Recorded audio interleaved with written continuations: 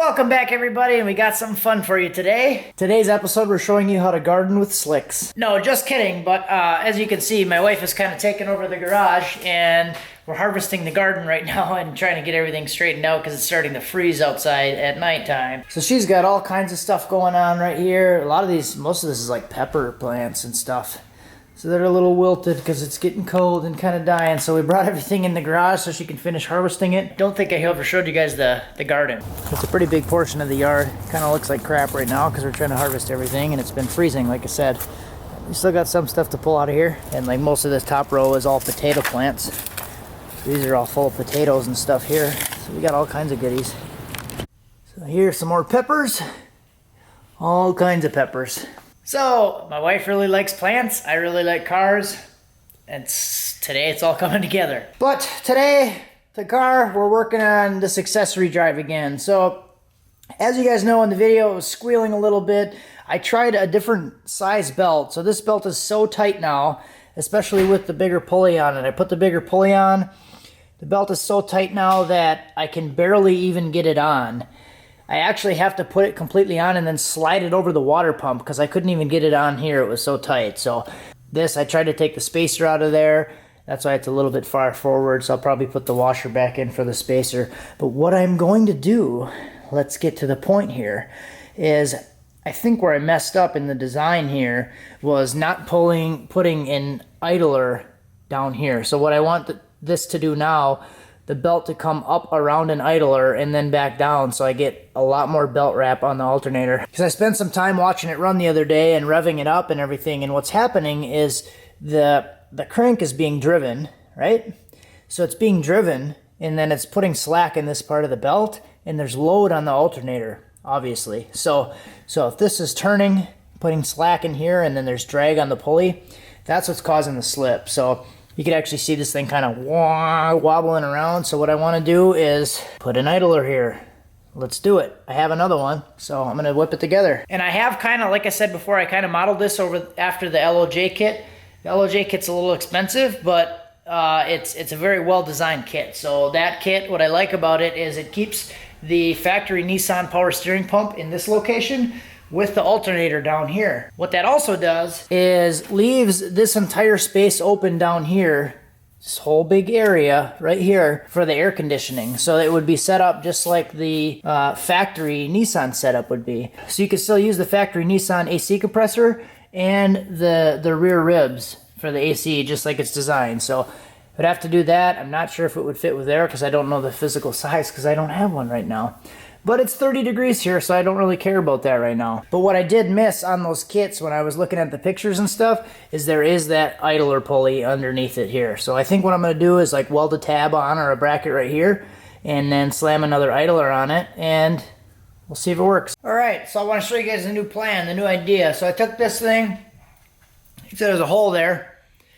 I've been kind of going back and forth between these two positions with how I want to do the belt. I had it on this position before, but the belt was kind of low still, and it was almost touching here, but it was still fine. It wasn't a big deal. So what I want to do now is I move this thing in to give it some more slack because this belt was the belt that I was originally testing that I found under the workbench that was too big. And now check this out. So I might even be switching back to this one, because it's like the perfect size now. So if I put some tension on this and I run this idler up to about here, I'll have enough room. I gotta get it lined up on the ribs. There we go. I'll have enough room now to basically weld this idler on right here. And look at the wrap on that alternator pulley now. That's probably, I don't know, almost a 75% wrap versus the 30% that I had before. And we'll have good tension. The best part about it, we'll have good tension on the belt.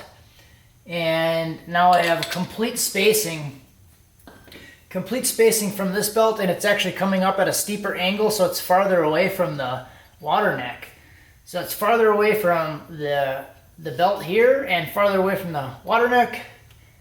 It's probably going to be pretty sweet. So we're just gonna get the welder out, toss some boogers on it, and make it rain. All right, so I think what I want to do is take this other idler. I picked up some M10 by 1.5 nuts, and this I already had laying around the garage, just some 1/2-inch square tube. So I'm gonna put the nut on there. The M10 bolt goes inside of the 1/2-inch, and I think I'm just gonna weld that nut right on there with two of the flat edges lining up, and cut this thing about where my thumb is at, and then probably just weld it on right along here.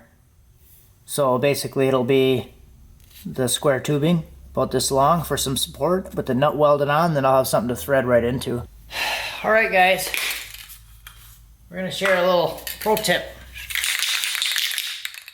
Engine enamel, if you spray it on when it's still hot,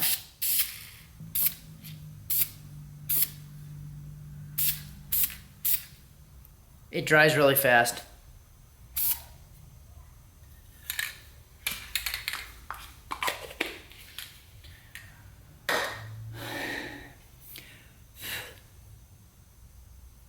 There you go, already dry. Dry to the touch, look at that.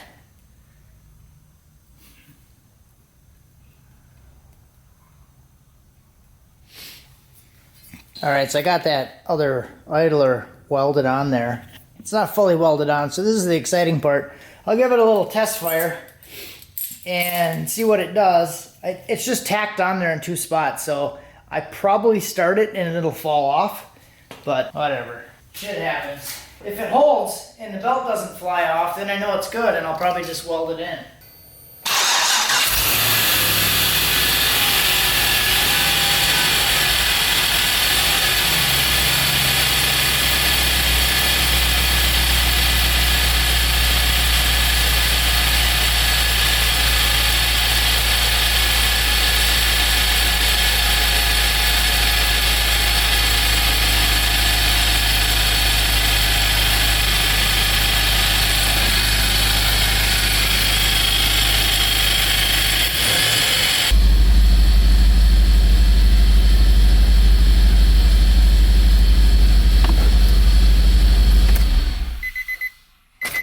So you saw where the alternator voltage was on this gauge. So I could tell right away that it was working pretty well, because before, when I had it running, it was just above 12 all the time. And I mentioned that in a previous video. I thought the alternator wasn't working because it was just above 12. So this was like schwoink way over on this side. So I guess it's not slipping anymore. All right, so it's actually the next day now, and the thing was like running really good, and I was really excited about it. So I went in the house, told the wife, I was like, hey, come check this out, because it went together so smooth. It was like weird how well it went together. And then came out and revved it up a couple times, and it started squealing again. But it wasn't a belt squeal, it was like metal chirping, weird. So did a bunch of different stuff, could not get anything to work. So couldn't figure out exactly where it was coming from. I actually went to the junkyard and picked up a couple different idlers, because it sounded like it was coming from the idlers. So picked up some different idlers, still did the same thing, played with like different belt tensions and all kinds of weird stuff. And the belt that I had on there that I found was, I think my conclusion is that it was just too tight. So I ended up testing the old belt that I know didn't really make any noise. Once in a while it would make noise. So I put that belt back on. It didn't make any noise without this idler on it. So what I did was I marked the tensioner where it was when it wasn't making noise, and then I went and got a belt that was the right length with this idler hooked up with the mark pretty much almost in the same spot, and the noise went away. So I was like, I thought it was the power steering pump, because it was at a weird angle, and the power steering pump actually was making a terrible sound last night. So I got another one on eBay. I ordered one. It was 25 bucks, but now I'll have a spare. This one seems fine, because I was just troubleshooting everything. I couldn't tell if it was the idlers. I thought it was maybe the alternator. It's hard to find the sound. So I was even ready to change the frickin' water pump, because it didn't make any sense. So I think the belt was just too tight. Now it's on there.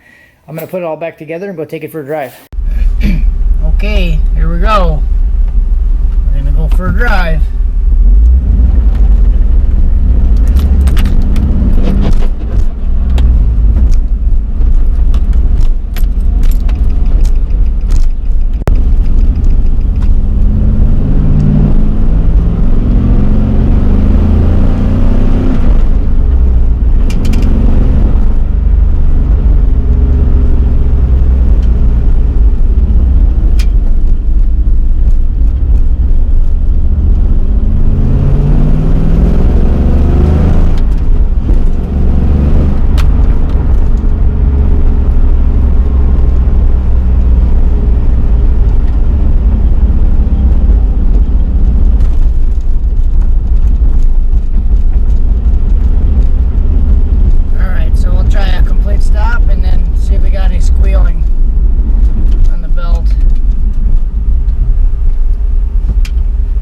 We have it resolved now.